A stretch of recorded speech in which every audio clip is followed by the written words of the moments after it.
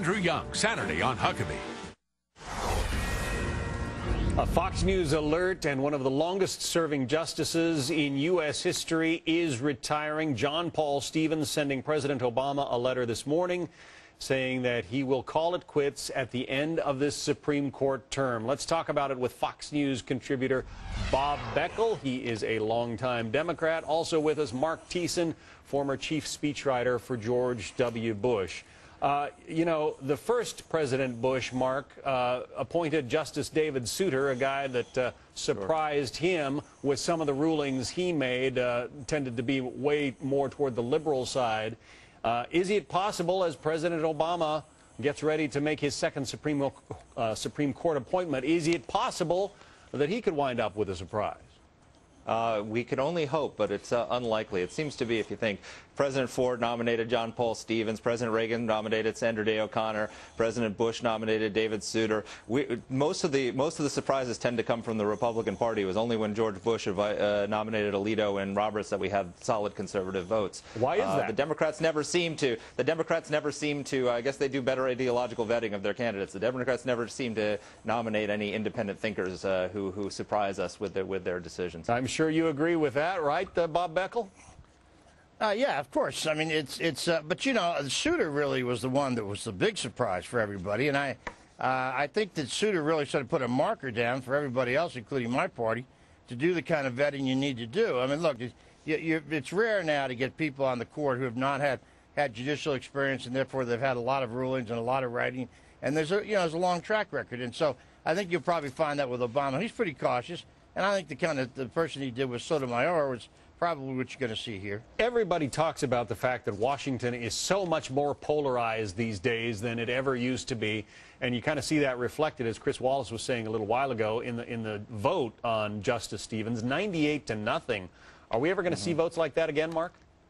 Not at all. I think the Democrats have so politicized the Supreme Court justice pick. I mean, just a few years ago, you had Samuel Alito undergoing these scurrilous attacks to the point that his wife was brought to tears in the hearing room. The Democrats have turned this process into just a political game.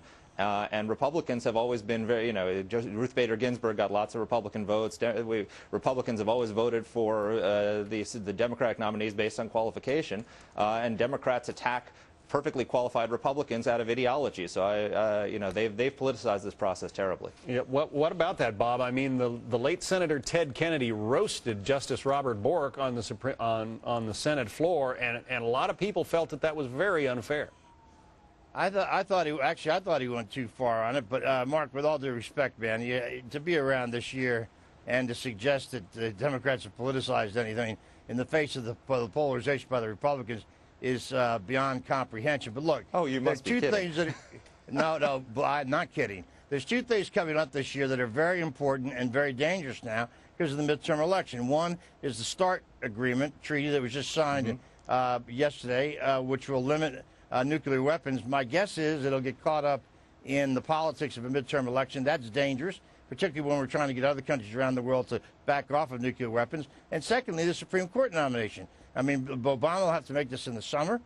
It'll be right before the elections. And my guess is it is going to be politicized by the Republicans. And so we're going to have some two very important things coming up at exactly the wrong time. But it should be, shouldn't it? I mean, shouldn't the mood of the country, Bob, the political mood of the country, shouldn't that be considered when we're making a lifetime appointment to the highest court in the land? Oh, sure, it should be considered, but the question is it considered on its merits, or is it considered on the basis of an election the first Tuesday of November? And that's really the difference here. And my guess is that if the START treaty, for example, were by itself in an off year, non-election year, it would probably be fine. My guess is that the Supreme Court would be the same thing. It is a question of whether it stands the test of merit, substance, and direction, not whether it impacts the first Tuesday in November. Mark, the mood of the country when it comes to this president's Supreme Court pick, I mean, is it going to mirror the mood of the country about some of the things that have happened in the Obama administration thus far? Well, I think, first of all, for anyone to suggest the Republicans have politicized the Supreme Court justice process, the people who gave us the Robert Bork and the Alito hearings, to suggest that we're somehow going to politicize this. The Democrats changed the rules. Barack Obama opposed Bush's Supreme Court justices, even though they were absolutely qualified. So the Democrats have changed the rules. Now, all of a sudden, they're going to start crying foul if Republicans raise objections to the nominee. Let's find out who the nominee is. Let's find out whether it's a centrist or whether it's somebody who's got a radical record. And we'll deal with it as it comes. As for the START treaty, I served on the Senate Foreign Relations Committee. Treaties don't get passed in a few months. They take time. I doubt that it's going to be ratified this year. It's going to take a long time to look at it and examine it, and I doubt that the Republicans are going to politicize it. If they have objections, it's going to be over substance.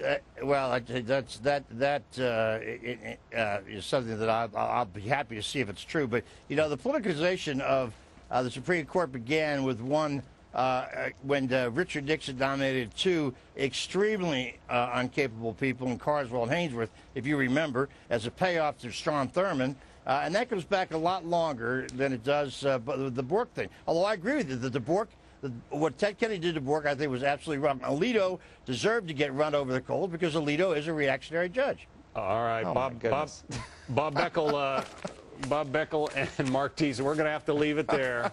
Bob, you haven't been contacted by the White House for this open Supreme Court position, No, I'm surprised. I'm waiting for the call. I don't understand why. If you are, we promise not to make your wife cry. All right, thanks. Thank you very much. Thanks, guys. Beckel in a robe.